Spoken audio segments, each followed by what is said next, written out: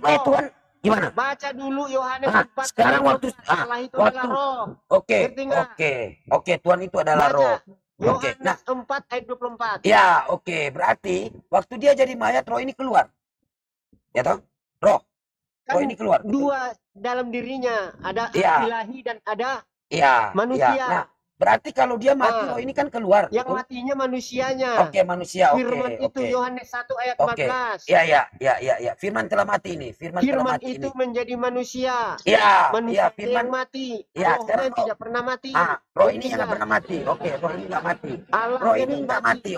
Roh ini nggak mati. Halo, assalamualaikum bang. Berseru. Halo. Mau nanya bang. Yang apa nih? Nanti yang nanya. Oke. Jadi roh ini kan Yohanes 4 roh ini Tuhan udah keluar dari dia. Nah sekarang saya tanya, waktu mayat, sekarang saya tanya, mayat ini Tuhan atau bukan Tuhan? Ini kan roh ini Tuhan. Yohanes 4 terkeluar dari dia. Nah, tubuh atau jasad Yesus ini Tuhan atau bukan Tuhan? Yo. Betul Bang Sidik. Dimarahin dia.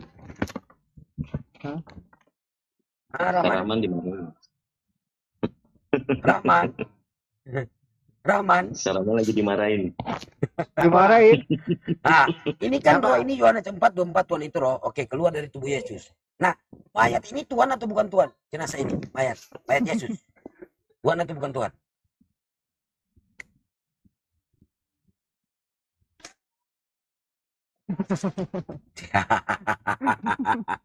Cambuk gitu Santo, cambuknya Santo, keluarin Santo. Cambuk. Penyembah mayat Tuhan, penyembah Tuhan mayat. Ajaran siapa itu? Yesus nggak pernah mengajarkan sembah aku. Kenapa kalian menyembah aku?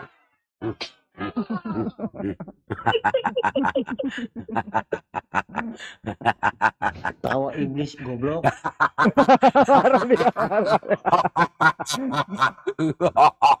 Kamu nggak bisa menjawab.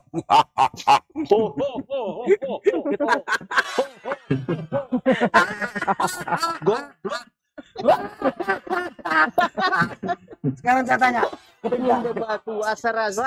sekarang saya tanya kepintaranmu ini. Oke, roh ini udah keluar. Roh ini kan Tuhan. Nah, jenazah ini Tuhan atau bukan Tuhan? Itu mayatnya, Yesus itu bang. Ya, Yesus. Nah, Yesus ini Tuhan atau bukan Tuhan? Mayat ini mayat. Lagi jadi mayat bang. Yang pasti namanya Yesus itu bang itu. Oh iya dong.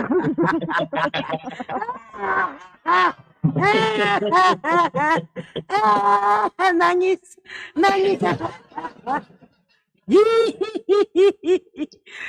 Rahman dari tadi.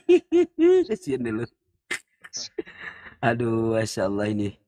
Aduh. Rahman, panggil pendetamu sini Rahman.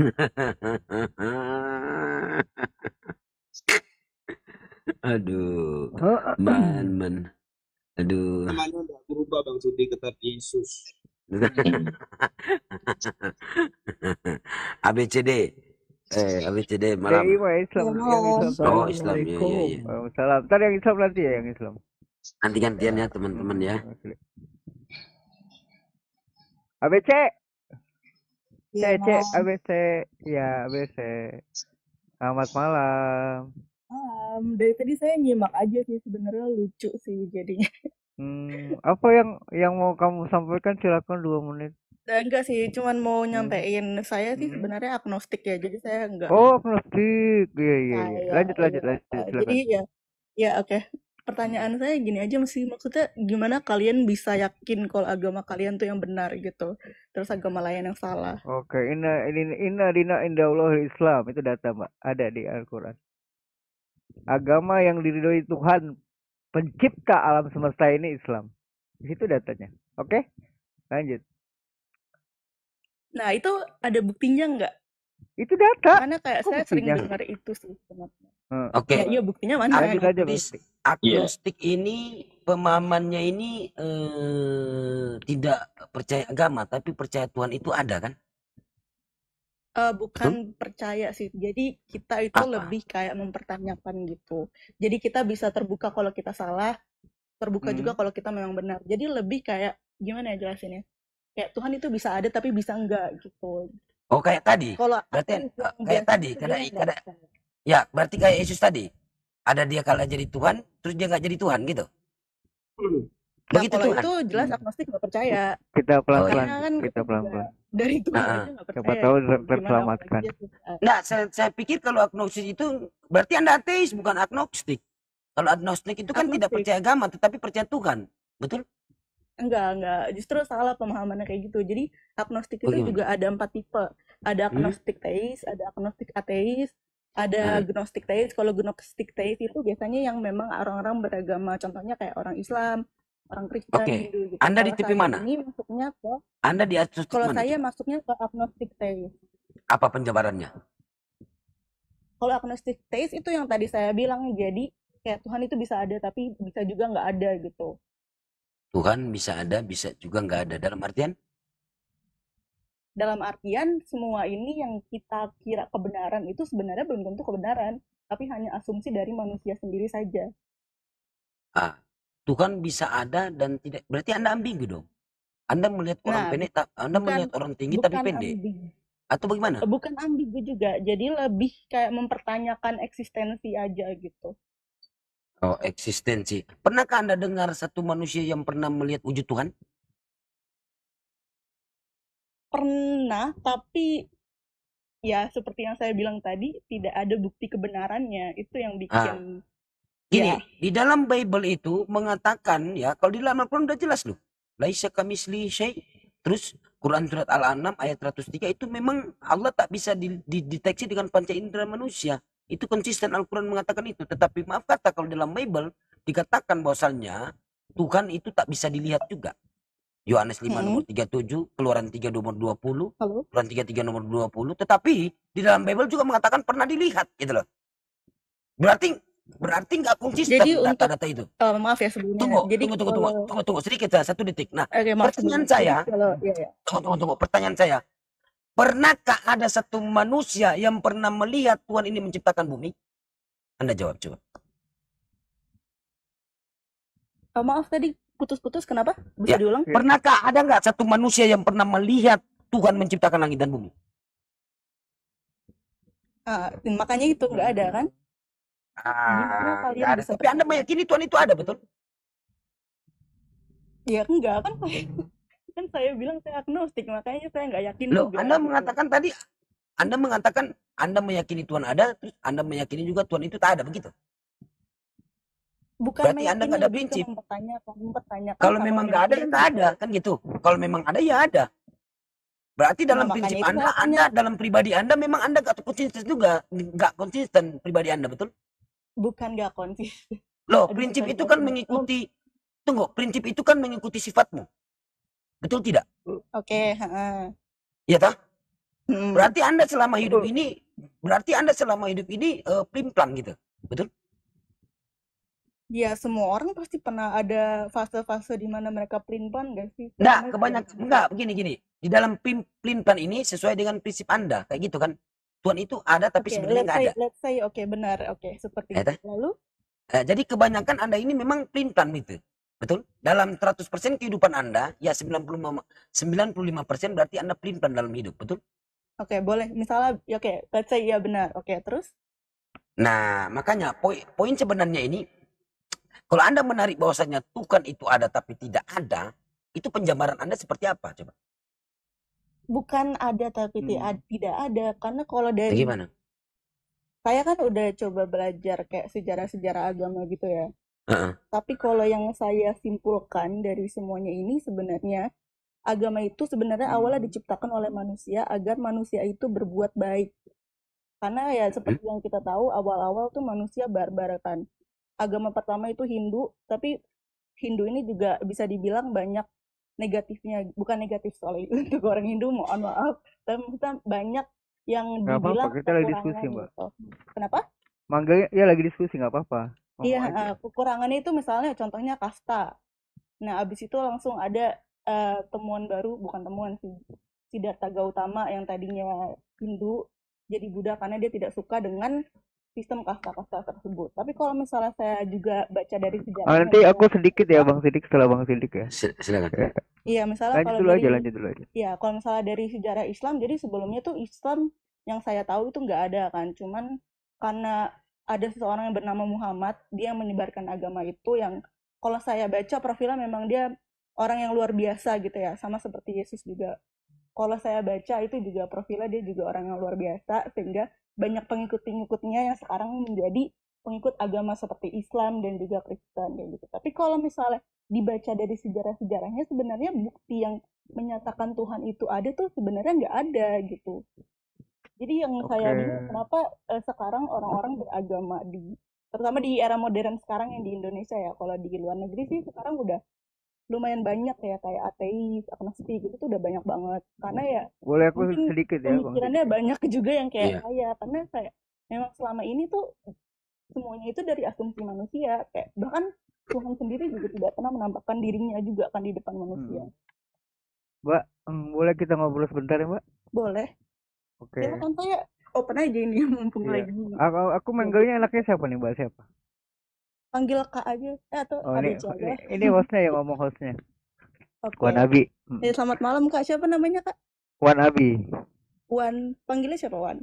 Ya Wan Abi aja, panggil Abi boleh. Jangan panggil Abi, nanti coba panggil belakangnya.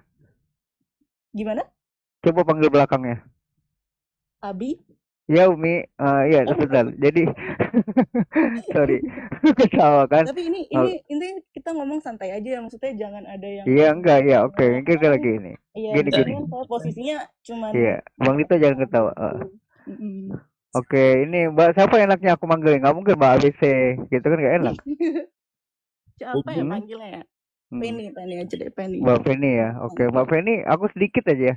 Kalau dari keluarga apa? Islam, Kristen kalau di KTP? Kebetulan keluarga saya beda-beda sih agamanya. Jadi kayak saya juga udah cukup tahu gitu untuk Islam, Kristen gitu. Udah juga. Enggak, aku nanya kalau di KTP-nya apa sih sekarang ya, Mbak? Kalau di KTP sekarang udah kosong sih, udah bisa kok sekarang. Udah bisa, enggak maksud aku. Maksud aku di KTP sekarang kosong apa gimana? Iya, kosong, bisa kok. Oh. Kalau misalnya urus gitu bisa. Oh, tapi beneran gitu. Kosong. Kosong. Oh, agama dikosongin gitu ya. Kalau Mbak berpikir nggak secara logika ya Mbak ya. Bahkan sekolah tinggi juga ya, mungkin dari kuliah apalagi apa nih sekarang? Iya, S2 sih. Oke, mulai S2 iya. Berarti kan Mbak yang lebih pintar dari saya mungkin ya. Kalau saya S3, SD, SMP, SMA, titik, nah gitu kan. Nggak, Feni kan berpikir secara logika nggak mungkin kayak namanya gunung, ya kan, laut, terus tata surya, bulan, bintang itu tercipta sendiri, betul nggak? Kalau dari teori sih sebenarnya ada yang namanya Big Bang Theory ya, yang menciptakan bumi gitu. Berarti ada yang menciptakan kan, nggak mungkin dia langsung tiba-tiba terbentuk dengan sendirinya, betul nggak? Dari fenomena sih tepatnya, iya. Tapi kalau itu dari teori Big Bang ya, kan biasalah sains sama kepercayaan agama kan beda ya. Iya, oke. Sekarang kan namanya manusia kan ada.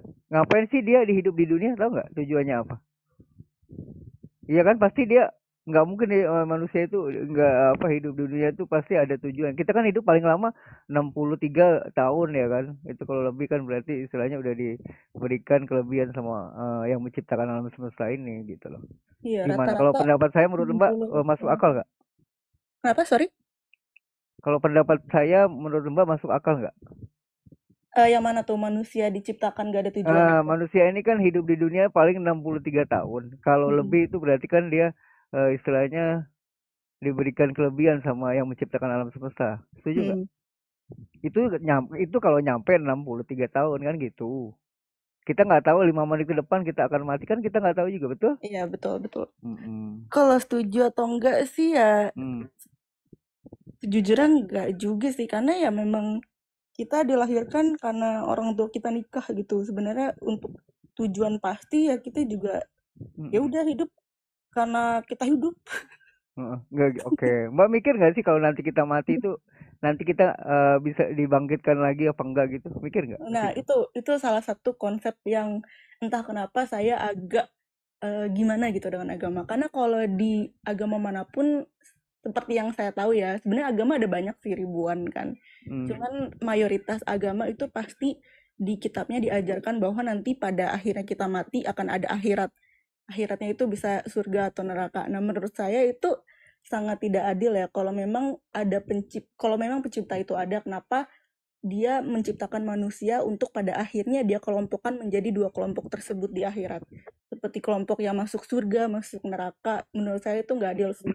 Dan yang kedua juga, menurut saya, maksudnya kalau udah meninggal itu nggak ada sampai sekarang bukti yang benar-benar membuktikan kalau akhirat itu ada. Jadi kayak jatuhnya jadi karangan manusia aja gitu, biar manusia itu punya harapan selama hidup. Kalau misalnya manusia itu hidupnya menderita, nanti dia meninggalnya, arwahnya itu akan bahagia. Padahal sebenarnya ya ini nggak bisa dibuktikan juga itu beneran atau enggak kan. Oke, sekarang kita kalau tahu Mbak kan udah belajar namanya kayak mungkin baca-baca ya tentang buku-buku Kristen, buku-buku Islam, buku Buddha, Hindu segala macam ya kan? Betul. Nah, betul kan?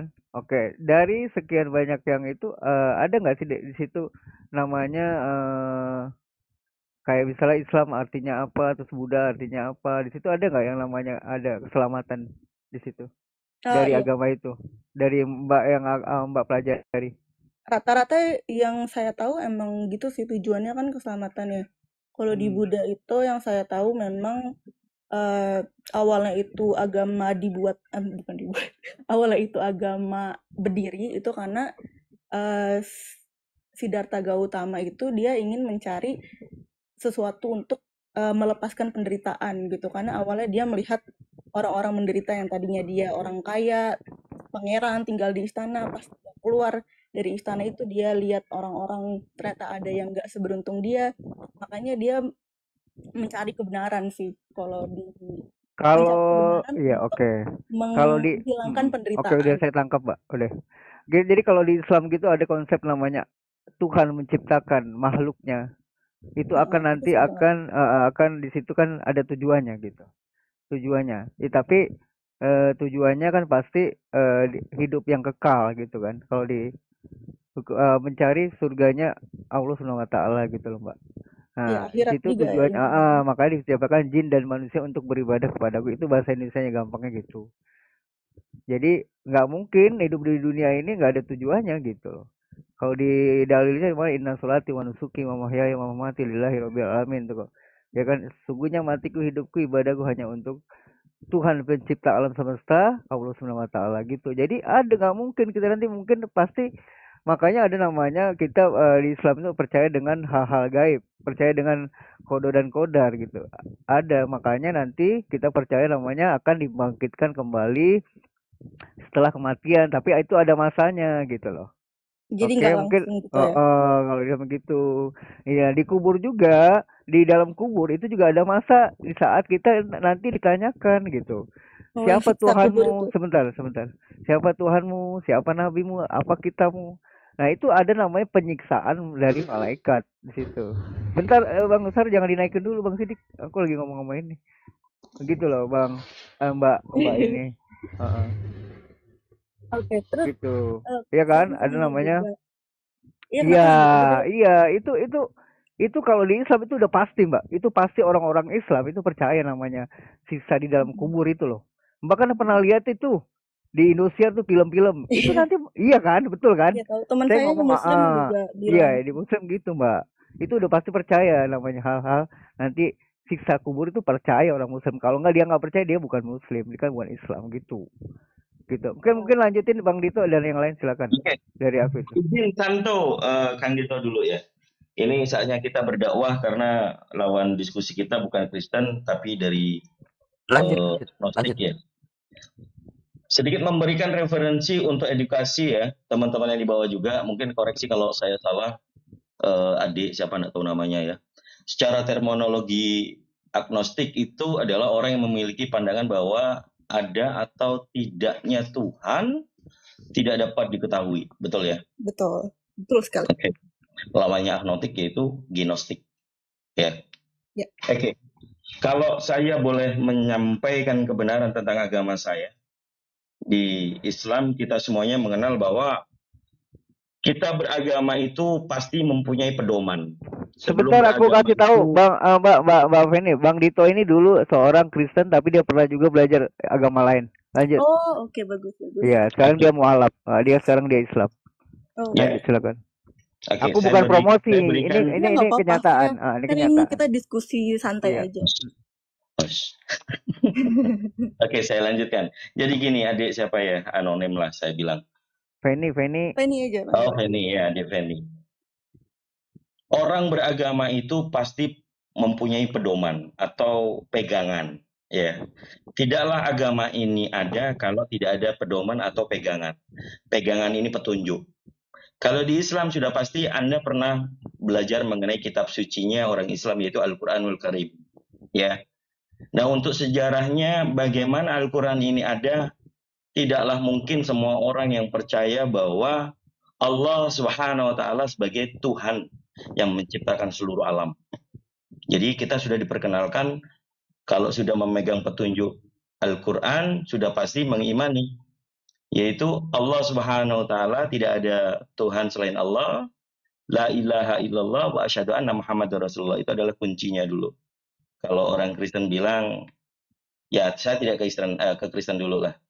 Paling tidak gambaran orang Islam, kenapa beragama Islam? Karena ada kitab sucinya yang dikatakan bahwa kitab suci ini sebagai mukjizat terbesar dari Nabi Muhammad SAW yang tadi Dek Feni jelaskan bahwa mempelajari seseorang yang bernama Muhammad ini memang sangat mulia. Ya, itu mungkin sedikit pengenalan terhadap Rasulullah kami. Kemudian di dalam Al-Quran tidak ada yang tidak terjawab mengenai kehidupan manusia. Bahkan kalau di Feni masih tetap berpegang teguh kepada keyakinan agnostik, Tuhan itu tidak ada. Sementara di Indonesia adalah mayoritas terbesar rakyatnya beragama Islam. Mayoritas ya. Nah, ini saya bisa kasihkan dalil, kasihkan data di dalam Al-Quran. Kalau Anda bisa mungkin mencatat, nanti dipelajari. Meskipun tidak bisa baca Al-Qurannya, baca terjemahannya. Di surat Al-Baqarah ayat 23. Dan jika kamu tetap dalam keraguan tentang Al-Quran yang kami wahyukan kepada hamba kami Muhammad, buatlah satu surat saja yang semisal Al-Quran itu, dan ajaklah penolong-penolongmu selain Allah jika kamu orang-orang yang benar. Ini suatu ayat yang menerangkan bahwa Al-Quran ini tidaklah mungkin dibuat oleh bahkan Nabi Muhammad sendiri. Melainkan Al-Quran ini dijelaskan bahwa Allah memang menurunkan kepada Nabi Muhammad. Allahumma shalli wa sallim wa barik alaihi. Kemudian Al-Quran ini juga bisa dimaktubkan dalam kehidupan kita, namanya adalah solusi atau rahmat. Kenapa Islam itu cenderung dengan rahmatan lil alamin? Rahmat ini kalau kita definisikan, kita pecah-pecah atau kita artikan, rahmat atau risalah ini bahasa lainnya adalah solusi. Solusi dari apa? Dari makhluknya, dari kehidupan manusia. Bahkan bukan hanya untuk manusia saja sebenarnya Al-Quran. Tetapi di surat Al-Waqiah juga diterangkan bahwa Al-Quran ini untuk jin dan manusia. Itu ya. Kemudian saya ikuti beberapa ayat. Kalau Anda mungkin masih belum mendapatkan kisi-kisi hidayah. Di dalam Al-Quran mulai dari penciptaan manusia di zaman kita ya, jangan bertanya mengenai penciptaan manusia pertama kali yaitu Nabi Adam. Semua orang Islam itu paham mengenai penciptaan manusia pertama kali di alam ini, yaitu Nabi Adam alaihissalam. Ini yang saya ceritakan. Saya akan memberikan referensi seperti di Al-Quran surat 7 ayat 189 mengenai kandungan, di mana janin itu dibentuk kemudian ditaruhnya di dalam janin, di dalam rahim. Kemudian di surat 22 ayat 5 dibacain dulu, digajiin dulu sebentar, digajiin sedikit. Oh, digajiin. Kalau digajiin panjang lah nanti. Enggak apa-apa. Enggak, yang itu aja, yang penting-penting aja. Enggak apa-apa, mungkin biar yang lainnya. Oke, kalau mau ngaji nanti OT-nya nggak ada yang nampek ke sini nanti. Enggak, ini lagi kita fokus ke Mbak ini dulu aja, nggak apa-apa. Oke. Saya buka Al-Quran juga kalau baik gitu. Sebentar. Agak lama, host. Saya hanya sedikit menerangkan tentang beberapa hikmah-hikmah di dalam Al-Quran. Referensinya Al-Quran sebagai solusi kehidupan manusia, yang referensinya ada di beberapa ayat, mulai dari manusia itu lahir, sampai kemudian dewasa, kemudian menikah, kemudian berbagi tugas dengan istrinya kalau laki-laki suami, kemudian mempunyai anak, bagaimana mendidik anak, kemudian setelah meninggal, seperti apa, ada istilah neraka dan surga, itu juga ada di dalam ayat-ayatnya, sampai dengan nanti di yaumul akhir. Bahkan diterangkan juga mengenai alam kubur. Jadi sangat komplit Al-Quranul Karim kalau dibandingkan dengan Bible yang berjuta-juta ayat, beribu-ribu, berpuluh-ribu ayat ya.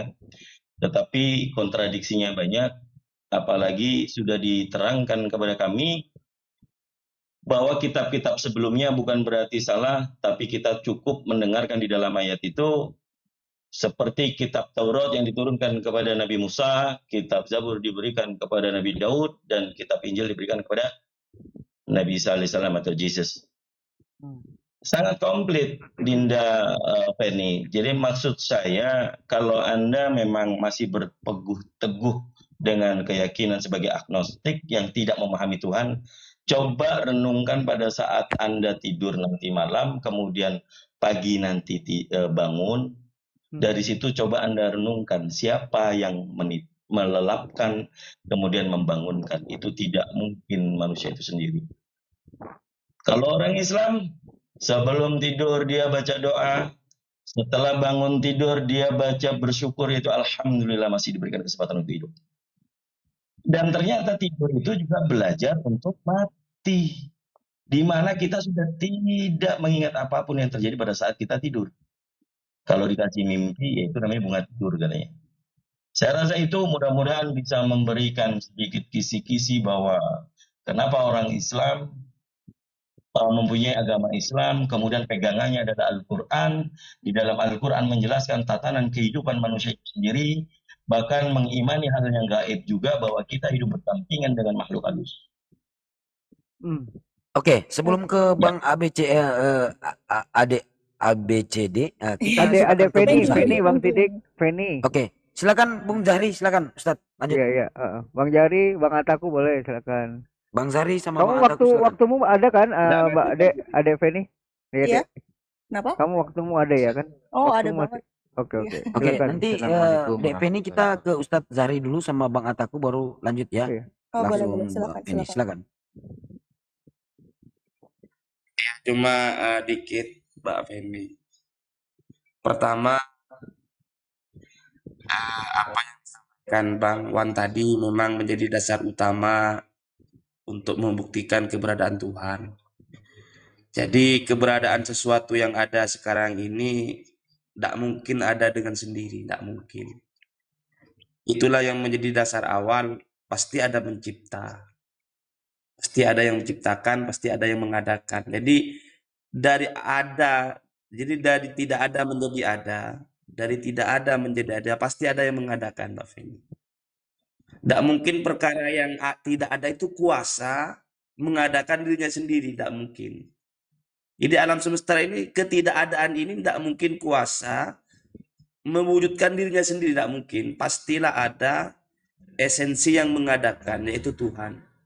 Dan kemudian ketika menjalar siapakah Tuhan yang benar, tentu dari perdebatan-perdebatan mungkin Mbak Feni lihat Bang Sidik tadi menjelaskan sudah, ya mohon maaf, sudah tahulah siapa yang layak menjadi Tuhan, siapa yang layak dituhankan.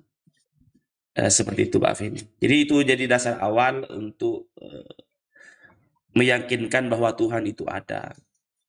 Kemudian setelah kita yakin Tuhan itu ada, mesti kita pasti yakin terhadap hal-hal yang gaib yang tidak kasat mata, Mbak Feni.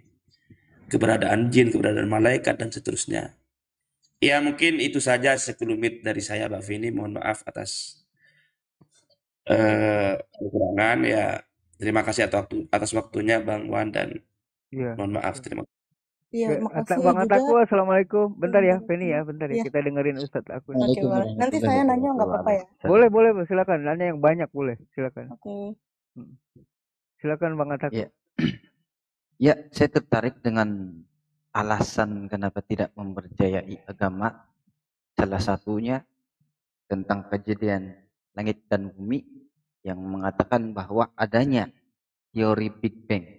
Sebenarnya kalau kita selidiki ya, teori Big Bang itu sebenarnya baru ditemukan di tahun 1992 kalau tidak salah oleh seorang ahli saintis George Lemaitre kalau nggak salah ya. Itu di tahun 1992 dan ada juga situs-situs yang mengatakan pada tahun 1993 itu teori Big Bang ditemukan pada tahun itu. Nah, sementara kalau di Islam sebenarnya teori Big Bang ini sudah ada sejak abad ke-7 lalu, yaitu 700 tahun lalu masih. Nah, persoalannya itu teori Big Bang yang sama seperti teori Big Bang itu kita dapat lihat di surah Al-Anbiya ayat ke-30, awalam yarul ladzina kafaru annas samawati wal ard kanata ratqan fafataqnahuma wa ja'alna minal ma'i kulla syai'in hayy afala yu'minun. Dan apakah orang-orang kafir tidak mengetahui bahwasanya langit dan bumi itu keduanya dahulu adalah suatu yang padu. Ini sesuai dengan teori Big Bang yang baru ditemui ini pada tahun 1992 itu. Kemudian kami pisahkan antara keduanya dan dari air kami jadikan segala sesuatu yang hidup. Ini kalau kita lihat teori Big Bang itu serasi dengan ayat ini. Ini sudah tertulis di tahun 700 lalu. Sementara teori Big Bang itu kan baru itu tahun 1992. Jadi persoalannya, siapakah Nabi Muhammad itu? Apakah dia ahli sains? Dan alat apa saja sehingga dia mengetahui apa yang ada di langit dan bumi? Ya demikian dulu dari saya. Lanjut kepada yang lain. Iya. Silakan itu standby. Halo, udah boleh? Iya, silakan. Oke, saya jadi Nanti bingung. besok pagi setelah bangun tidur tanya Islam DM saya ya. Oke. Ya, lanjut silakan. Sebenarnya ada banyak pertanyaan sih, cuman saya jadi bingung mau nanya mana dulu. Mungkin ya pelan-pelan aja. Balik tadi karena awalnya saya sempat dengar tentang yang siksa kubur itu, mungkin saya mau nanya itu dulu ya. Kalau misalnya ada seorang muslim nih, tapi dia meninggalnya karena beberapa alasan jadi nggak dikubur, apakah dia tetap apakah dia tetap merasakan siksa kubur juga? Ya silakan Bang Ataku dulu yang dituakan. Monggo Bang Ataku.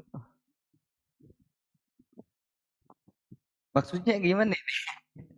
Kalau ada orang Islam yang mati katanya, tapi kalau kita udah pasti dikubur Mbak kalau Islam gitu.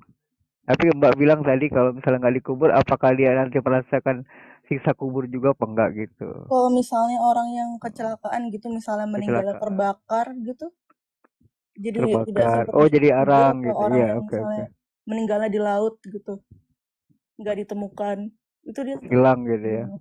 Silakan banget aku. Lanjut dulu sama Bang Sidik. Ya mungkin Bang Sidik, silakan. Iya, gimana? Saya lagi, gimana? Orang yang meninggal apa ini, Pak? Meninggal yang ini kebakaran gitu Bang Sidik, kan dia hangus tuh. Atau yang misalnya di laut nggak ditemukan. Di laut. Terus gimana? Apakah dia masih masih pertanyakan ya? Apakah apa deh? Siksa kuburnya bagaimana untuk orang-orang yang misalnya special case seperti itu? Siksa kubur tetap kan diperhitungkan sebelum ke Ustadz Zahri ya. Siksa kubur itu kan tetap diperhitungkan, kan gitu ya? Jadi walaupun nggak dikubur tetap? Ya iyalah, karena kan yang dikubur ini kan jasadnya, kan jasad. Nah untuk alam itu ya, ya mungkin sedikit hanya pemberitahuan kita ya untuk siksa alam kubur kan gitu ya. Ada data juga mengatakan dengan jasad kita ya. Nah sebelum saya ke Ustadz Zahri, sedikit ya tentang alam kubur ini. Tentang alam kubur ini ya, saya harus bawa data dulu. Lanjut Ustadz Zahri dulu silakan. Coba saya lihat data dulu ya.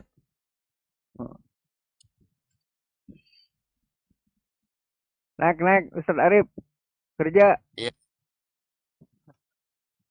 Sebenarnya yang apa Mbak Feni, sebenarnya itu setelah kematian manusia itu pindah alam, baik dikubur jasadnya atau tidak, kata Mbak Feni tetap dia pindah alam. Nah, di alam berikutnya itulah ada dalam Islam itu ada beberapa tahap yang dilalui. Pertama di situ adalah integrasi dari malaikat, seperti itu. Jadi sebenarnya kenapa kok dikatakan istilah kubur? Ya, memang karena itu hanya istilah. Memang kebanyakan orang dikubur. Artinya meskipun jasadnya dikubur atau tidak, karena ada faktor lain, yang namanya orang mati itu Mbak Fili tetap pindah alam seperti itu. Yaitu pada alam. Cuma istilah aja ya siksa kubur itu. Ya kan ada alam janin. Setelah alam janin kita kan merasakan tidak alam yang lebih luas, yaitu alam dunia. Kemudian setelah alam dunia, manusia memasuki alam yang lebih luas lagi, yaitu alam barzakh namanya. Sebelum kemudian memasuki alam akhirat yang lebih luas, Mbak. Oh, berarti ada berapa tahap totalnya? Oke. Ustaz Arif, Assalamualaikum warahmatullahi wabarakatuh. Mungkin nambahin dulu Ustaz Arif. Mungkin nyimak lagi. Silakan. Waalaikumsalam warahmatullahi wabarakatuh. Kerja. Ya wis kono. Nyimak dulu. Ini ada satu. Ini pertanyaannya tadi. Ada orang Islam yang kebakar. Sebentar. Kalau orang Islam yang kebakar, yang mati kebakar terus yang tenggelam di laut, nah itu apakah masih ada siksa kubur apa enggak? Ya, silakan Ustaz Arif. Tetaplah berlaku karena jasad itu mau di dalam kuburan, mau terbakar, mau tenggelam di dalam laut, samudra, ya kan, mau ketabrak kapal pesawat terbang jatuh misalnya sehingga hancur, kadang-kadang ya kan, semuanya akan menjadi tanah, semuanya akan menjadi dari tanah kembali ke tanah. Gitu. Jadi kalau masalah siksa kubur tetap berlaku, tetap di alam maut nanti pasti malaikat itu akan kemudian diminta pertanggungjawaban manusia yang sudah meninggal itu kan. Marobukah pasti akan berlaku seperti itu. Iya. Jadi aku udah jelasin pertanyaan pakai bahasa Indonesia, siapa namamu, siapa Tuhanmu, apa nama kitabmu, siapa nabimu gitu, pakai bahasa Indonesia seperti itu. Itu Ustaz Arif, lanjut.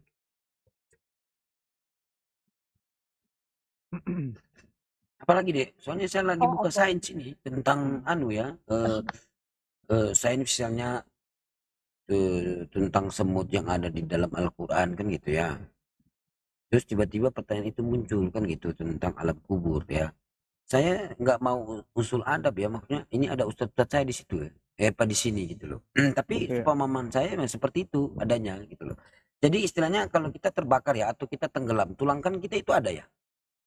Ya, yang tenggelam ini kan kalaupun hancur ini kan ke daging, tapi kan tulang kita itu ada. Tetapi seperti yang dikatakan tadi itu kita pindah alam gitu loh. Kita ini pindah alam dari alam rahim kan gitu, alam rahim. Terus kita masuk ke alam kubur, terus ke alam barzah, terus kita ke alam akhirat kan gitu. Jadi ini hanya perpindahan alam. Ya? Kubur, barzah, baru akhirat. Ya kan alam rahim dulu toh. Oh ya rahim. Alam rahim, terus alam kubur, terus alam barzah, gitu. Terus baru kita ke hari kebangkitan, baru kita ke akhirat kan gitu. Berarti gitu. Kalau menurut gak tau sih, kayaknya menurut Kristen mungkin sama juga ya. Menurut Islam sama Kristen berarti kalau orang habis meninggal itu nggak langsung ke akhirat itu kan. Ada step-stepnya dulu gitu kan. Tapi kalau untuk ke Kristen, maaf kata ya, kalau mungkin kita mau diskusi sama Kristen ya boleh. Tapi kalau untuk ini kan kita berbahas tentang Islam kan gitu ya. Kalau kita bahas tentang Kristen ya mungkin ada ada datanya juga ya harus kita bawa gitu loh deh. Gitu. Terus kalau misalnya penjelasan tentang hantu itu gimana? Buat mereka arwah yang tersesat atau gimana itu? Hantu gini, kalau untuk hantu saya rasa ya kalau untuk hantu gini ya, untuk setan ini misalnya ada yang nampak begitu ya, nampak itu sebenarnya bukan hantu loh dek, maksudnya bukan dari sebenarnya kita ini udah mati nih, misalnya mati bunuh diri nih ya, misalnya ada orang yang bunuh diri itu dikatakan itu hantu. Sebenarnya itu bukan. Karena roh kita itu sudah dalam penghakiman gitu loh. Itu sepemahaman saya ya, nanti saya lanjut kepada ustadz saya di sini. Jadi itu sebenarnya misalnya ada teman saya nih, dia mati gantung diri terus tiba-tiba dia nampak. Itu sebenarnya bukan dia loh, itu cuman kerjaan iblis untuk menakuti kita gitu loh. Supaya kita takut dengan keadaan itu. Padahal kalau di dalam Al-Quran kan janganlah engkau takut selain Allah. Kan gitu. Ya mungkin beda halnya rasa takut kita kepada sesama manusia mungkin ada. Misalnya kita di rumah sendiri ya kita harus kunci pintu. Itu hal yang manusiawi ya.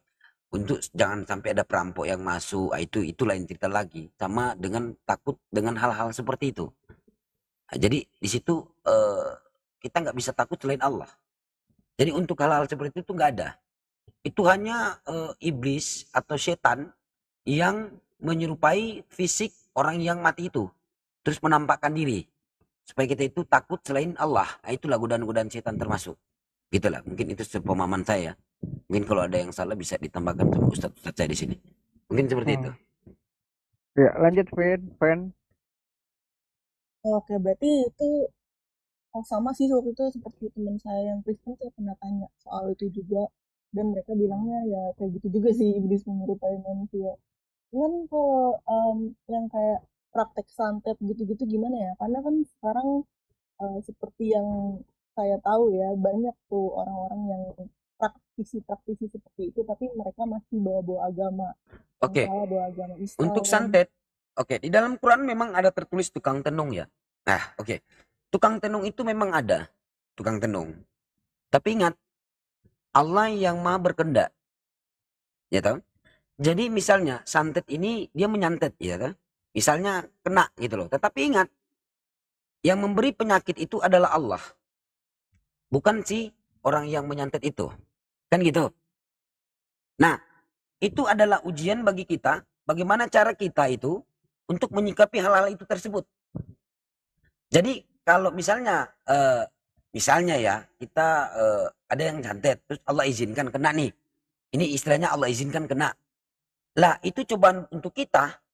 Untuk bagaimana kita menyikapi hal itu. Apakah kita berpikir bahwasannya yang memberi penyakit manusia itu atau Tuhan. Atau Tuhan pencipta langit dan bumi. Nah cara kita untuk mengobati bukan berarti kita harus pergi kepada orang-orang yang punya ilmu-ilmu tersendiri di luar daripada syariat-syariat Islam.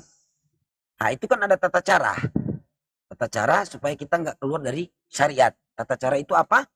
Itu ruqyah. Itu ada tata caranya. Tetapi yang paling poin inti itu penyakit itu dari Allah, bukan dari manusia, bukan. Itu dari Allah. Allah mengizinkan mengizinkan penyakit itu. Allah menguji kita sebagaimana iman kita kepada pencipta langit dan bumi itu. Apakah kita harus melakukan hal apa gitu loh. Kalau melakukan hal di luar daripada syariat Islam, nah di situ kita kena dosa. Gitu loh. Itu mungkin ya ustadz saya di sini. Gitu loh, Dek. Silakan. Iya, tapi kalau dari yang saya tahu justru malah kebanyakan yang kena kayak gitu malah yang beriman. Bagaimana? Dari yang saya tahu malah justru kebanyakan yang kena praktek seperti itu malah mereka yang beriman. Jadi kayak saya bingung gitu loh, kenapa sang penguasa atau ya kita bilang Tuhan lah, kenapa Tuhan sendiri mengizinkannya kena seperti itu kalau umatnya sendiri memang udah taat sama dia. Oke. Gini deh, dalam setiap ujian itu ya Allah menguji itu, setiap manusia itu ada ujian, tetapi ujian yang Allah berikan itu Allah tahu kita mampu menanggung ujian itu tersebut. Allah tidak akan mungkin menguji seseorang itu sebatas kemampuan. Jadi Allah menguji kita itu sebatas kemampuan kita dan dibalik daripada itu ada hikmah. Nah, itu kemaha-adilan Tuhan kita nggak bisa karena Dia maha gitu loh. Dia maha. Jadi hikmah yang akan kita dapat kita mungkin belum langsung kita kelihatan atau kita merasakan itu belum langsung terlihat, tapi lambat laun kita jalani ujian itu akan terlihat hikmah yang akan kita dapat selagi kita itu menerima ujian itu dengan ikhlas gitu loh. Kan gitu. Ya mungkin bisa ditambahkan Ustadz Arif dan Ustadz Zahri, silakan. Apa pertanyaannya? Ini anakku masih rebel nangisin. Udah Bang Ataku dulu, Bang Jari silakan. Yang tentang apa itu tadi? Duh, kurang nyimak. Tentang ujian. Setiap manusia itu kan ada ujian ya. Ya mungkin lanjut Ustadz saya mungkin ada datanya tapi saya belum hafal ayatnya di mana, tapi sepengetahuan saya seperti itu. Silakan. Terus ini lanjut aja dulu, saya mau Ustadz dulu kayak gini. Silakan Ustadz Zahri, silakan. Bang Arif di-mute dulu suara anak. Silakan Bang Jari. Yang dia mengatakan tadi pertanyaannya bukan mengatakan, pertanyaannya bahwasannya orang-orang beriman itu diuji. Ya, kenapa nggak orang yang nggak beriman aja gitu yang kena kayak gitu? Mungkin aku, ya silakan Pak Dita. Oke, Bismillahirrahmanirrahim. Karena sebenarnya agnostik ini tidak ada di dalam Al-Quran. Tetapi untuk sifat-sifat orang agnostik ini, kalau dari sudut pandang kami ya, orang-orang Muslim, tolong kalau saya kasih kutipan dalil ini, Dek Feni jangan tersinggung ya. Karena ditulis di dalam Al-Quran, yang pertama ciri-ciri atau sifat orang agnostik itu diisyaratkan ya. Yang pertama adalah munafik. Kata ini sebanyak 110. Masing-masing 73 itu yang berarti nafkah atau memberi nafkah. Ya. Kemudian 37 kali berartikan kemunafikan dan 1 kali berarti lubang. Ini sifat atau orang yang munafik. Munafik ini begini. Sudah diberi nikmat, sudah diibaratkan mengetahui adanya nafkah atau yang memberi nafkah, tetapi ditafikkan. Tidak mengakui bahwa yang memberi nafkah ini kalau tidak bekerja misalnya tidak mendapatkan nafkah, tetapi rezeki itu sudah ditetapkan oleh Tuhan. Contoh kita melihat hewan. Ayam itu tidak bekerja tapi Allah itu memberikan rezeki, Tuhan itu memberikan rezeki kepada hewan itu, sudah ada untuk yang dimakan. Satu hal itu mengenai sifat atau ciri-ciri dari sudut pandang Islam mengenai agnostik. Yang kedua adalah syak atau berarti ragu-ragu atau bimbang. Ya, saya balik lagi, jangan sakit hati karena ini iman kami bahwa di Al-Quran itu juga dijelaskan tentang orang-orang yang mempunyai sifat agnostik. Yang pertama tadi adalah munafik, yang kedua adalah syak atau ragu-ragu dan bimbang. Lawan katanya dari yakin. Ya. Itu di surat An-Nisa ayat 157. Itu juga menggambarkan tentang orang yang bimbang dan dalam ragu-raguan. Kemudian di surat Yunus ayat 94 dan 104, di surat Hud ayat 62 dan 110, surat Ibrahim ayat 9, dan masih banyak lagi. Itu tentang Al-Quran untuk sudut pandang orang-orang yang mempunyai sifat agnostik. Munafik, syak, kemudian yang ketiga adalah zolim. Zolim ini menunjuk tentang arti kegelapan atau tersesatkan, pikirannya sesat. Karena kalau yang saya berikan narasi tadi mengenai dakwah secara Islam, yaitu agama Islam ini berpegang teguh kepada Al-Quranul Karim, yaitu petunjuk manusia dalam menjalani hidup. Di situ tertemukan semuanya, termasuk yang saya bacakan tadi. Kemudian yang keempat adalah kids, yang disebutkan di sini mengenai al-kids atau apa ya, maaf ya, bukan bohong ya, tapi lebih ke pemahaman yang sedikit halus adalah dusta. Seperti tadi Dek Fanny menarasikan tentang bagaimana orang itu meninggal kalau meninggalnya tidak wajar, kecelakaan, kebakaran, tenggelam. Ini mencari apakah menunjukkan akhirat itu ada, hari pembalasan itu ada, kemudian di alam kubur itu ada. Sebenarnya mengetahui tapi mempertanyakan, kan begitu. Karena tidak mencari kembali bahwa orang cerdas pasti menggunakan akal untuk mempelajari. Mempelajari ini pasti kalau unsurnya religion, keagamaan, pastinya ada sifat-sifat yang memang di situ diterangkan hal mistik. Mistik itu gaib. Kemudian mempertanyakan bagaimana hantu, setan-setan yang ditemui atau di film-film itu seperti apa. Waalaikumsalam warahmatullahi wabarakatuh. Jadi itu yang keempat adalah mengenai dusta. Cabut dulu kata. Ya, yang keempat adalah berdusta. Ini yang kelima, terakhir yaitu kafir. Orang kafir itu yang tertutup hatinya atau tidak mengimani keberadaan Tuhan. Ya, ini sudah jelas ya Mbak ya, di Feni ya. Dalam sudut pandang Islam, kalau orang Kristen ya dia meyakini Tuhan tapi Tuhan yang salah misalnya. Tapi masih disebut kafir, orang yang tertutup. Tapi yang keempatnya tadi itu, ya masih ingat kata-kata saya, ini rujukan daripada sudut pandang kami orang Islam bahwa agnostik ini lebih sempurna lagi menjadi suatu ciri-ciri orang yang munafik. Kemudian dalam keraguan-raguan, berdusta, kemudian kafir. Nah ini yang lebih perfect gitu loh, yang tidak menerima bahwa kita hidup ini tujuannya apa.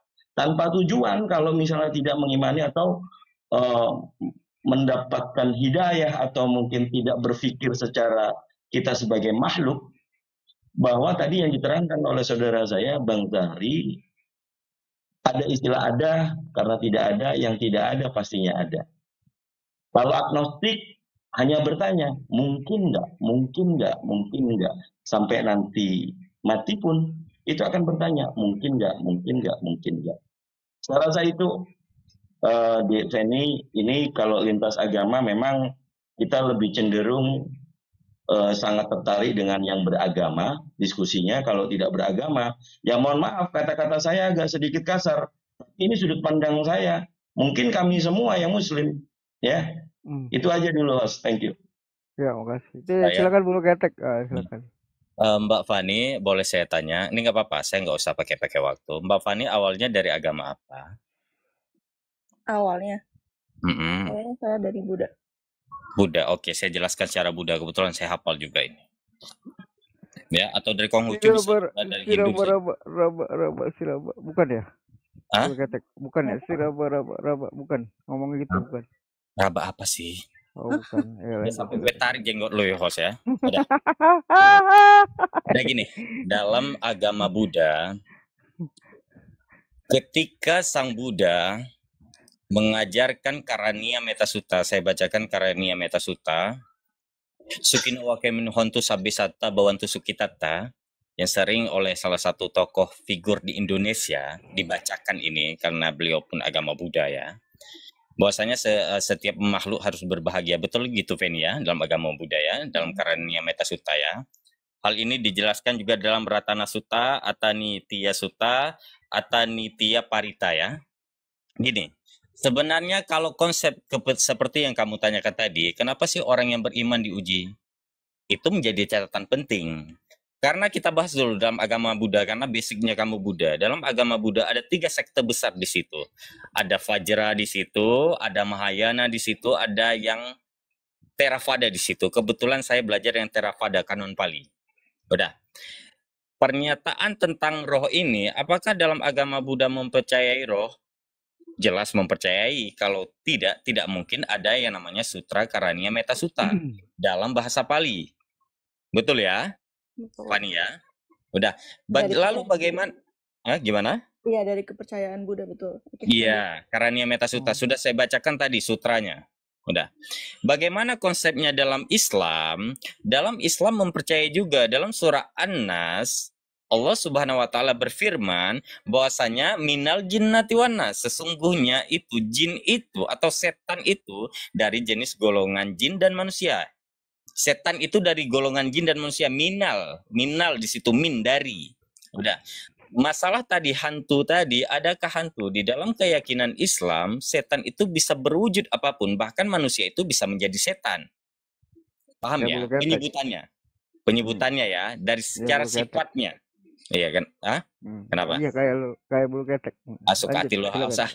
Nah, masalah tadi konsep yang kamu tanyakan tadi saya bahas juga masalah konsep. Oh, apakah di dalam keyakinan Islam masalah tadi penimbangan mizan minda, masalah tadi kita bilang dalam hari akhir, sebenarnya dalam konsep Buddha ada juga. Ada yang namanya samsara gitu kan, ada yang namanya hukum tumimbal. Sebenarnya jika ditelisik secara lebih rinci antara konsep dosa atau alur-alur yang harus dilalui oleh orang Islam ketika untuk mendapatkan timbangan kebaikan dan keburukan mendapatkan surga neraka, itu hampir sama sebenarnya dengan samsaranya di dalam agama Buddha. Cuman banyak dari kalangan Islam tidak membaca lebih kitab Buddha tadi, mohon maaf, dan dari agama Buddha tidak memahami lebih secara konsep Islam, kontekstualnya. Gitu, Fani. Kalau dibilang masalah santet menyantet tadi gini, Fani. Pernah dengar nggak? Pernah orang berkata, yang mau disantet itu bapaknya, tapi yang kena ayahnya. Konsep santet atau teluh itu saya ajarkan ya secara ini ya, secara apa ya, bisa kita bilang parameternya metafisik. Orang tidak akan terkena penyakit santet atau tanda kutip teluh itu jika kondisi badannya sehat. Paham ya di situ ya konteksnya ya. Makanya ada orang bilang, oh yang disantet bapaknya yang kena anaknya. Mungkin anaknya pada saat itu badannya tidak sehat atau mendukung. Gue tabok lu host ya kalau gue ngomong ya. Enggak, gue lagi ngantuk. Ya lanjut silakan. Terus yang masalah tadi yang Fani bilang, oh gimana sih konsep hantu segala macam dosa sebenarnya ini, Fani. Dalam agama Buddha pun ketika kita berbicara tentang karma, itu akan terputus nanti. Ada part yang terputus. Karena saya belajar praktisi agama Buddha juga. Tapi yang kanon Pali ya, mazhab Theravada. Akan terputus juga nantinya. Tidak akan jumpa nanti kemana ujungnya. Jika dipelajari pun dengan konsep penciptaan manusia pun sebenarnya hampir sama. Cuma agak sedikit saja bergeser. Gitu Fani. Sebenarnya agnostik itu tidak buruk. Tapi lebih baiknya ketika Buddha, bahkan Buddha ya, dalam Sutta Pitaka Udana berkata gini, ati ajatam abutam akatam asangkatam. Ada sesuatu yang tidak berwujud, tidak dijelmakan, dan yang mutlak. Seharusnya Fani mencari itu. Siapa yang tidak berwujud? Sosok apa? Impersonal mana yang tidak berwujud, tidak mutlak, yang mutlak, dan tidak bisa diserupakan. Itu dalam Sutta Pitaka Udana. Kalau Fani ingin membaca lebih lanjut, itu aja dulu, cari itu. Sesuatu yang tidak tercipta, yang mutlak, yang mungkin tidak berakhir, kayak karena panjang itu ya, sutta itu. Silakan dipelajari aja, Fani. Cari konsep itu dulu. Nanti silakan tentukan, mau kamu ke Islam kah, mau kamu ke Kristen, silakan dulu. Kami tidak memaksa, karena dalam Islam tidak ada paksaan untuk masuk dalam agama Islam. Itu loh, Fani. Iya, pintar sekali host hari ini ya.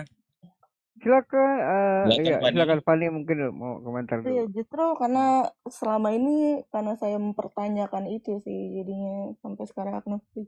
Terus kalau boleh tadi saya mau ikut komentar juga sama Ustadz yang tadi menjelaskan tentang sifat-sifat agnostik di Al-Quran. Menurut saya itu menarik ya. Maksudnya saya sih sangat menghargai dan menghormati karena itu kan kepercayaan ya yang sudah tertulis di kitab sucinya. Tapi ya kalau menurut saya tidak ada salahnya untuk orang itu bertanya dan berpikir kritis. Bukan berarti mereka seperti itu karena mereka munafik atau gimana ya. Tapi ya it's okay kalau misalnya itu personal. Beliau tadi udah bilang ini personalnya saya gitu kan. Beliau sudah bilang itu personalnya beliau. Sebenarnya tidak, tapi memang tidak bicara secara Al-Quran pun di dalam kitab agama Buddha pun ketika kita berbicara orang munafik itu akan kita pandang sebagai orang, mohon maaf, yang sedikit agak kurang bisa diterima. Karena apa? Lain perbuatan, lain perkataan gitu. Ya, jadi paham gini, ya? aku sedikit 1 menit aja. Apa? Boleh. Devani, jadi aku tadi pas baru buka room ini aku sempat membaca ayat Al-Quran yang artinya itu orang-orang kafir. Orang-orang kafir itu orang-orang yang tidak percaya dengan kitab suci Al-Quran dan Islam.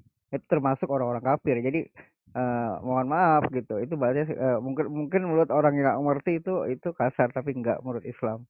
Nah, itu akan kekal di dalam orang-orang yang tidak percaya ayat-ayat suci Al-Quran, ya kan?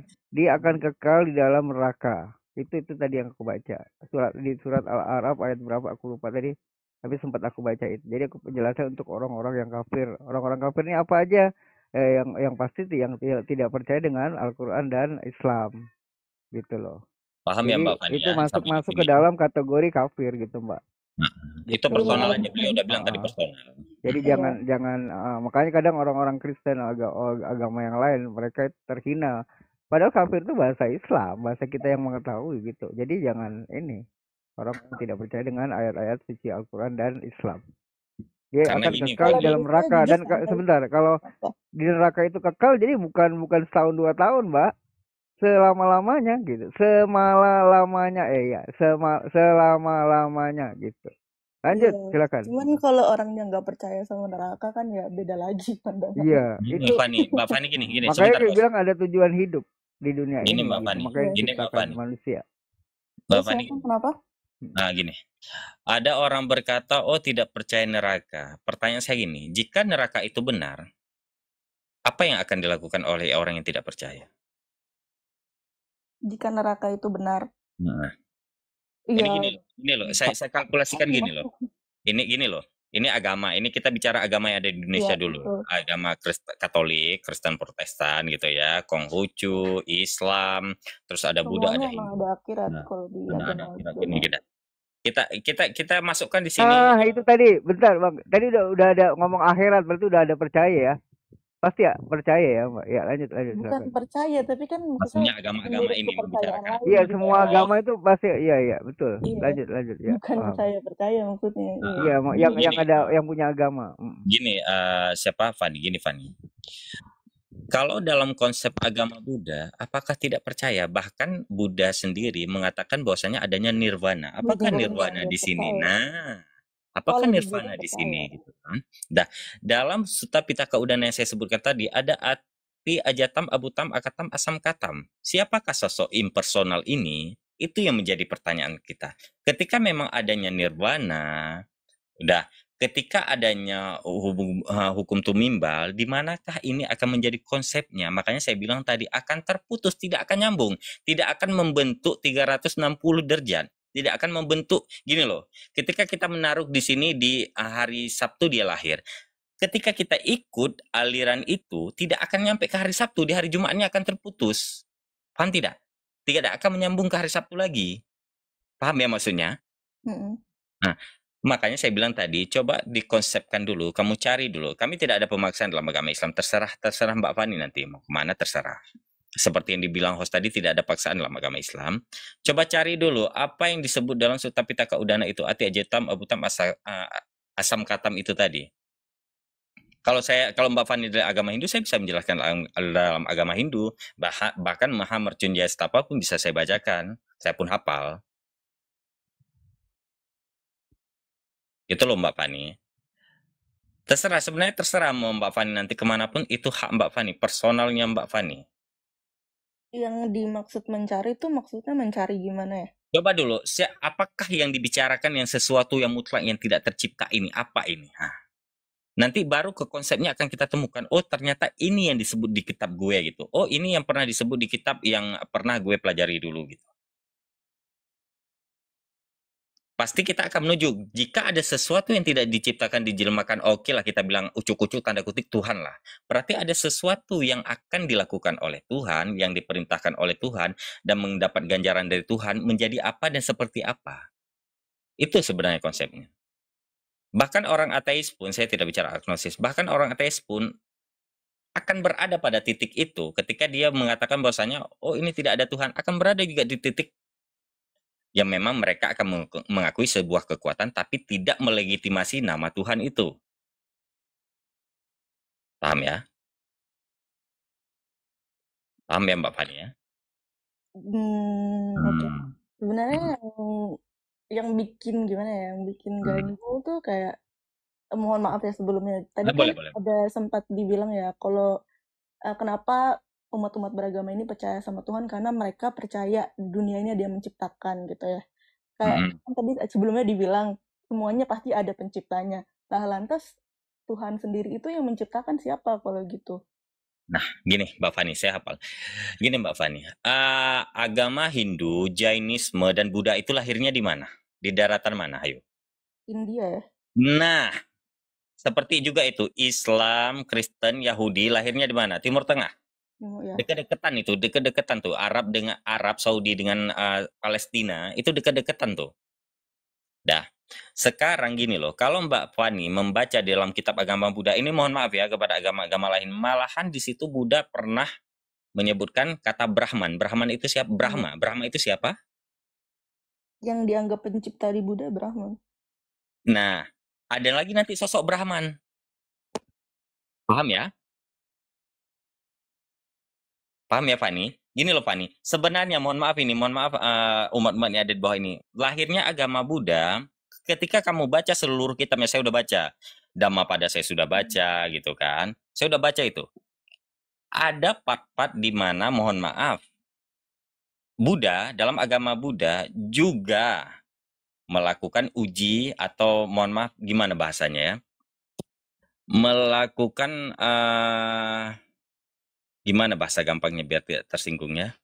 Enggak apa-apa, sebutin aja. Enggak, maksudnya bukan kamu enggak yang di bawah ini. Oh, oke. Melakukan kritik terhadap ketuhanan orang Hindu. Itu jelas tertulis. Oh iya. Nah, ada ya Fani ya, melakukan kritik ketika kan Brahma gitu ya, ada ya. Itu perkataan Buddha sendiri loh. Nah, artinya gini, mau dipercaya Tuhan ada atau tidaknya, udah, makanya akan kembali ke tadi Sutta Pitaka Udana tadi. Ati ajatam abutam akatam asam katam. Makanya saya bilang, tolong cari ini dulu. Baru nanti akan ada personal brandingnya kemana. Paham ya? Karena Buddha sendiri sebenarnya mengkritik penyembahan atau ketuhanan yang ada di agama Hindu. Karena apa? Satu daratan nih lahirnya. Kalau orang bilang, oh kenapa sih agama Kristen, agama Islam, Yahudi itu asli berantem aja? Mohon maaf. Ketika Anda membaca kitab suci agama sebelah, ada juga kritik itu. Cuman karena apa? Kebanyakan dari umat ini, mereka hanya mendengar dari pemuka agama, tidak membaca. Tidak dengan Islam, Al-Quran bisa dibaca siapapun. Kitab Alkitab bisa dibaca oleh siapapun ya. Baik Injil bisa dibaca oleh siapapun. Makanya terciptalah komal-komal seperti ini gitu. Paham ya, Fani ya? Nah, ada hal lain? Yang pertanyaan saya tadi gimana? Apa itu? Jadi nggak enak ngomongnya. Maksudnya kalau pandangan berarti Tuhan itu tidak ada yang menciptakan menurut. Gini, Fani saya tanya loh. Bagaimanakah Sang Buddha tercipta sebelum Sang Buddha Siddhartha Gautama ya? Ada Sang Buddha sebelumnya. Bagaimana? Siddhartha. Enggak, itu Siddhartha bukan, nanti belum lagi Buddha Maitreya dalam mazhab Mahayana, bukan, Buddha itu bukan yang pertama. Itu Buddha Siddhartha Gautama, tapi sebelum Buddha Siddhartha Gautama ada Buddha yang lain lagi. Pertanyaan saya, bagaimana Buddha tercipta? Oh, kalau itu saya kurang. Nah, makanya saya bilang tadi, tolong Fani cari Ati Ajatam Abutam Asam Katam tadi itu dalam Sutta Pitaka Udana. Pasti akan paham Fani. Dia itu udah agnostik, bro bulu Iya, saya pahamkan itu. Saya pahamkan itu karena apa? Kalau udah menemukan jawabannya terus masih agnostik gimana? Nggak apa-apa. Itu udah saya bilang seperti yang dibilang oleh host tadi, tidak ada paksaan dalam agama. Terlebih agama Islam gitu. Silahkan Fani gimana. Kenapa saya pakai agama Buddha? Karena komparasi. Karena Fani tadi bilang bahwasanya dari awal Fani Buddha. Karena kebanyakan orang Buddha itu agnostik gitu. Kenapa kalau boleh tahu kenapa yang ditekankan dari Sutta Pitaka Udana? Makanya saya bilang tadi, ada sesuatu yang tidak berwujud, yang tidak diciptakan itu apa gitu. Yang mutlak itu apa gitu. Coba kita berpikir secara logis, apa sih ini gitu. Sesuatu yang tidak diciptakan gitu kan. Apa ini? Maka kita akan dapat ini konklusinya kemana. Paham ya Fani ya?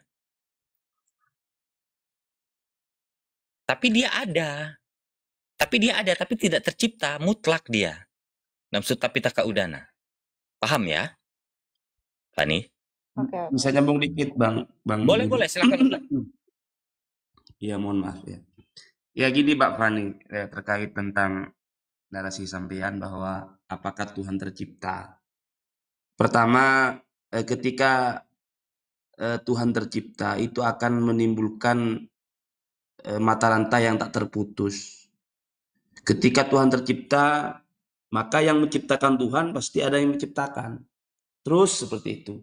Sehingga memang betul apa kata Bang Bulu, bahwa memang ada satu sosok identitas yang maha. Keberadaannya itu tidak tercipta. Namun dia menciptakan setiap sesuatu yang ada. Dialah Tuhan.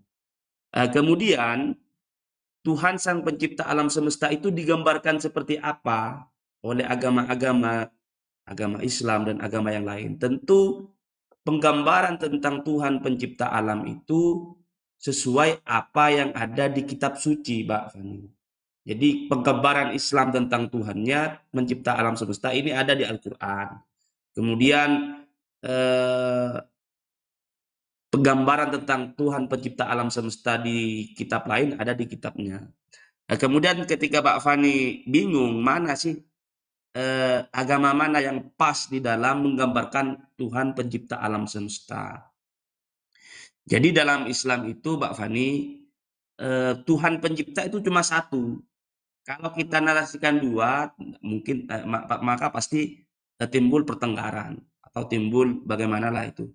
Kemudian Tuhan pencipta alam semesta itu tidak ada yang setara. Jadi Islam menggambarkan Tuhannya itu ada di kitab suci.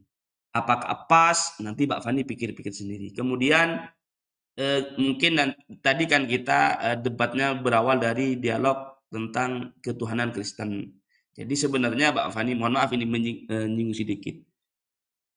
Apakah gambaran yang diyakini oleh umat Kristen saat ini tentang Tuhan pas dengan kitab sucinya kan gitu. Padahal di kitab suci mereka sendiri, pertama Yesus tidak mengaku Tuhan.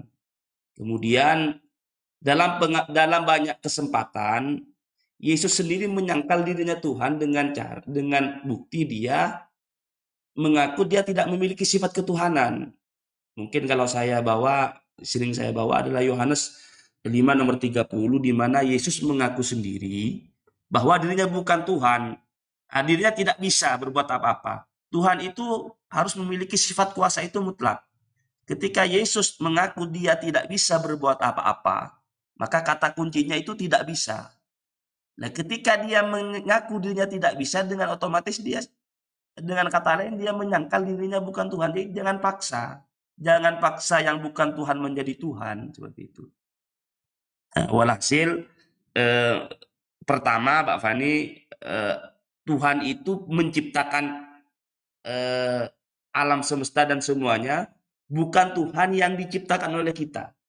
Jadi kalau Mbak Fani kan mungkin berpikir kan banyak orang patung, berhala kan dianggap Tuhan, tapi pantaskah yang dianggap Tuhan itu memiliki sifat Tuhan itu menjadi kunci berikutnya Mbak Fani. Nah, setelah meyakini adanya Tuhan, maka kata kunci berikutnya, pantaskah yang dianggap Tuhan itu menjadi Tuhan? Sesuai pengakuannya, sesuai sifat-sifat yang dimilikinya, seperti itu.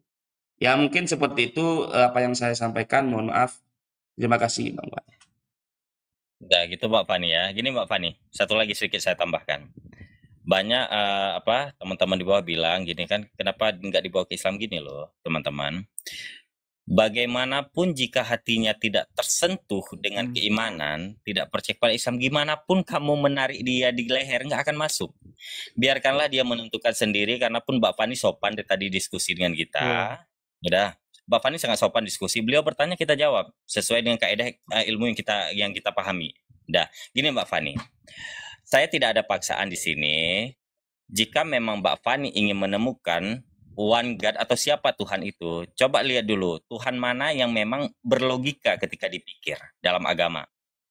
Ketika memang tentang konsep keesaan atau ketuhanan Mbak Fani sudah dapat, seperti yang saya bilang tadi dalam Sutta Pitaka Udana, Mbak Fani tinggal lihat nanti, tinggal komparasikan, tinggal paralelkan, tinggal korelasikan. Ini Tuhan mana, ajaran mana yang sebenarnya masuk ke logikanya gue.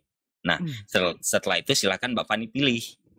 Ketika Mbak Fani dengan bangganya mengatakan bahwa gue agnostik nggak percaya Tuhan, itu terserah Mbak Fani. Tapi ketika Mbak Fani juga saya tuntut atau dituntut untuk memberikan jawaban bagaimana semuanya ini tercipta tanpa asumsi ya, sesuai dengan logika dan fakta, Mbak Fani juga akan dihadapkan dengan kesulitan untuk menjelaskan ini semua. Gitu loh Mbak Fani. Kenapa di dalam Islam itu Tuhan itu hanya satu sesuai dengan surah Al-Ikhlas? Karena seperti tadi kata Ustadz di atas tadi, ketika Tuhan itu mempunyai ibu, orang akan bertanya lagi, lah ibunya si ibu Tuhan ini siapa? Terus sampai tidak ada habisnya. Makanya konsep itu di dalam Al-Ikhlas dijelaskan bahwasanya Allah itu tidak beranak dan tidak diperanakkan. Dia itu tunggal mutlak. Memang dia tidak terlihat tapi dia wujud ada. Paham ya Mbak Fani ya? Dia tidak ada yang menyerupai sesuatu apapun, tidak ada yang menyerupai dengan dia. Dia itu mutlak. Sama juga seperti kita gitu kan, roh kita nggak pernah tahu roh kita wujudnya seperti apa, tapi kita meyakini roh kita itu ada. Paham ya Mbak Fani ya? Sama juga seperti ini, kita hidup ini bernafas gitu kan. Bernafas kita nggak bisa lihat udara itu seperti apa. Tapi kita menghirup dan kita hidup dengan udara itu. Tapi kita bisa merasakan. Bahkan asap sendiri, kita nggak bisa mendeskripsikan asap itu seperti apa. Tapi dia itu ada. Paham ya Mbak Fani ya? Oke, aku sedikit Mbak Fani. Ya boleh. Sebelum nanti sama Kristen lain. Jadi yang pertama tuh Islam tuh tidak ada paksaan ya kan. La ikraha fiddin ya kan. Yang kedua hidayah itu datangnya langsung dari Allah. Kita nggak tahu Mbak Fani tahu-tahu besok, tahu-tahu udah memeluk agama apa terus yang lain apa Islam apa kita nggak tahu kan, karena hidayah itu datangnya langsung dari pencipta alam semesta ini kan gitu. Terus yang ketiga Mbak nanti sebelum tidur Mbak pikirin apakah mikir nanti apa yang mikir di alam sekitar kita. Sekitar kita tuh apa kayak Mbak bisa ngelihat namanya pemandangan ya kan, kayak laut. Nanti mikir, nggak mungkin ini nggak ada yang nyiptain gitu loh dari dulu, pasti ada yang nyiptakan gitu. Itu aja mungkin dari aku Mbak Fani, dan aku berterima kasih Mbak Fani udah mampir di sini dan kita ngobrol secara enak gitu ya Mbak Fani ya. Oh iya. Nanti lain kali kalau misalnya ada yang mau tanyakan bisa DM saya. Kalau saya bisa jawab, kalau enggak nanti saya tanyakan kepada guru-guru saya. Iya. Oh ya, sebelum aku juga mau minta makasih banget nih, mau ngucapin makasih banget buat host sama Ustadz ya panggilnya ya. Ustadz di sini yang udah bantu jelasin juga. Sebelumnya aku mohon maaf juga kalau misalnya jadi Enggak ada yang salah, Mbak. Enggak ada yang salah. Iya, justru kita senang kok. Iya, semoga sebenarnya sih untuk mau ngomong juga sih, sebenarnya untuk yang kenapa aku bisa agnostik sampai sekarang ini juga sebenarnya ceritanya lumayan panjang ya. Jadi kenapa saya masuk di forum atau di live ini juga karena sebenarnya saya pengen bertanya untuk sudut pandang Islam ini sendiri. Karena kalau misalnya tanya ke teman kan mungkin kadang bisa jadi twist ya, maksudnya saya percaya kalau di sini mungkin sumbernya bisa lebih terpercaya gitu, lebih jelas juga. Untuk bisa nambah dikit. Kenapa? Iya silakan. Iya, sorry. Ya bentar ya, nanti kalau abis ini ganti ke orang lain nggak apa-apa, cuma mau ngomong dikit lagi aja. Iya, silakan. Cuman untuk sampai saat ini sih sejujurnya saya masih belum terconvince bahasa Inggrisnya apa tergerak hatinya. Tergerak hati. Iya, karena itu makanya saya bilang hidayah itu langsung datang dari pencipta alam semesta, Mbak, Allah Subhanahu wa taala. Makanya dari awal saya stating kalau saya bukan ateis tapi saya agnostik, dimana di sini kan saya masih mempertanyakan, makanya di sini saya masuk di sini juga untuk bertanya, siapa tahu mungkin ada jawaban yang bisa bikin saya tergerak kayak oh ternyata ini gitu. Tapi mungkin tadi yang bilang tentang Sutta Pitaka siapa ya? Nanti mungkin Bang Bulu Ketek. Iya. Nanti mungkin ya saya jadi tergerak untuk mungkin belajar. Boleh. Nanti pun bisa saya DM sutra-sutanya boleh. Tapi yang kanon Pali ya saya mazhab Theravada ya. Oke ya. Karena ya emang sejauh ini saya juga udah kayak mungkin searchingnya udah sekedar dari internet dan tanya orang-orang ya, tapi mungkin memang sampai saat ini belum dalam banget sampai menemukan jawaban itu belum, jadi gitu ya. Semoga aja mungkin nanti next time kalau misalnya ada yang agnostik lagi atau ateis lagi yang ikut ada live di sini juga. Saya punya adik angkat Mbak Feni, saya cerita ini. Saya punya adik angkat, dia dari agnostik sekarang dia udah memeluk Islam. Dia belajar. Enggak benar, aku enggak bukan promosi, benar. Iya enggak apa-apa. Nanti deh kalau Mbak Fani ada ya. Nanti kalau ini nanti ku kenalin adik angkat aku dari agnostik. Pasti ada alasannya juga kan. Iya, dia pelajari agama. Iya, host izin dulu. Ini iya silakan. Mbak Fani, ini ada satu buku yang menarik ya, kira-kira bagi saya. Bentar, aku gede. Halo, permisi. Ya. Ya, bentar Bang Rin. Ya. Ini buku menarik ya bagi saya untuk Fani, karena buku ini menjelaskan tentang Al-Quran secara sains. Ini luar biasa juga ini, bagus. Isinya juga cantik gitu kan. Jadi itu kenapa ada foto Bang Bulu Ketek itu? Jangan ada ribut deh. Ya, jadi barangkali ini Mbak Fani bisa membantu ini untuk menjelaskan Al-Quran secara sains ya. Kalau boleh tahu judulnya apa ya? Siapa tahu. Ya, ini Quran Scientific. Ini bisa di searching di Shopee ya, Shopee atau Lazada. Apa namanya? Sorry, tadi putus-putus. Quran Scientific. Ini yang ini. Oh ya, oke. Di soalnya nggak kelihatan di sini. Di sini nggak kelihatan itunya. Quran Scientific, Mbak. Pokoknya Quran Scientific. Quran Scientific. Catat. Memang ada gitu. Kalau misalnya ada yang buka cam, ada yang nggak terlihat. Saya pernah kayak gitu. Iya, soalnya hidayah itu mahal, Bang Bulu Ketek. Itu subhanallah. Gue kali ya. Barangkali itu saja. Lanjut standby. Ya, oke. Gitu ya. Dikit, Mbak. Dikit. Oke. Tapi kalau Mbak Fani mau di sini dulu nggak apa-apa, nanti saya naikin Kristen soalnya. Oh boleh saya ikut nyimak nggak apa-apa ya, tapi saya boleh. Iya. Makasih banyak ya sebelumnya. Tentang ya, tentang tema yang Mbak Fani. Oke. Pertama gini Mbak Fani.